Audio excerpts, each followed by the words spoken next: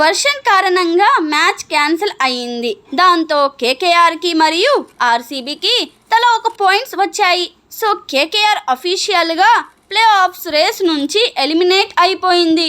ఆర్సీబీకి 99.4% chance ఉంది ఇంకా play ఆఫ్స్కి వెళ్ళడానికి. ఇవి నిన్నటి మ్యాచ్ రిపోర్ట్స్.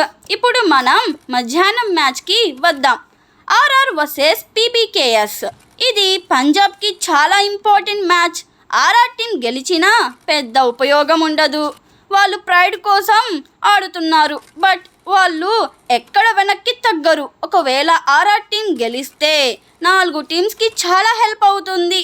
ముందుగా వీళ్ళ ఫామ్స్ విషయానికి వస్తే ఆర్ఆర్ టీం చాలా పూర్ ఫామ్లో ఉంది.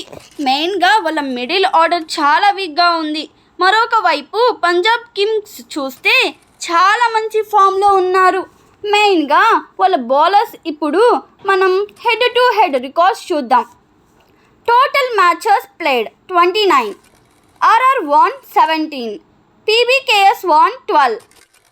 Last 6 matches RR won 4. PBKS won 2. ఈ మ్యాచ్లో కీ బ్యాటిల్స్ వచ్చేసరికి Shreyas Iyer versus Theekshana, Priyansh Arya versus Archer, Arshdeep Singh versus Sooryavanshi, Parag versus Yuzvendra Chahal. సాయంత్రం జీటీ వర్సెస్ డీసీ మ్యాచ్ ఉంది.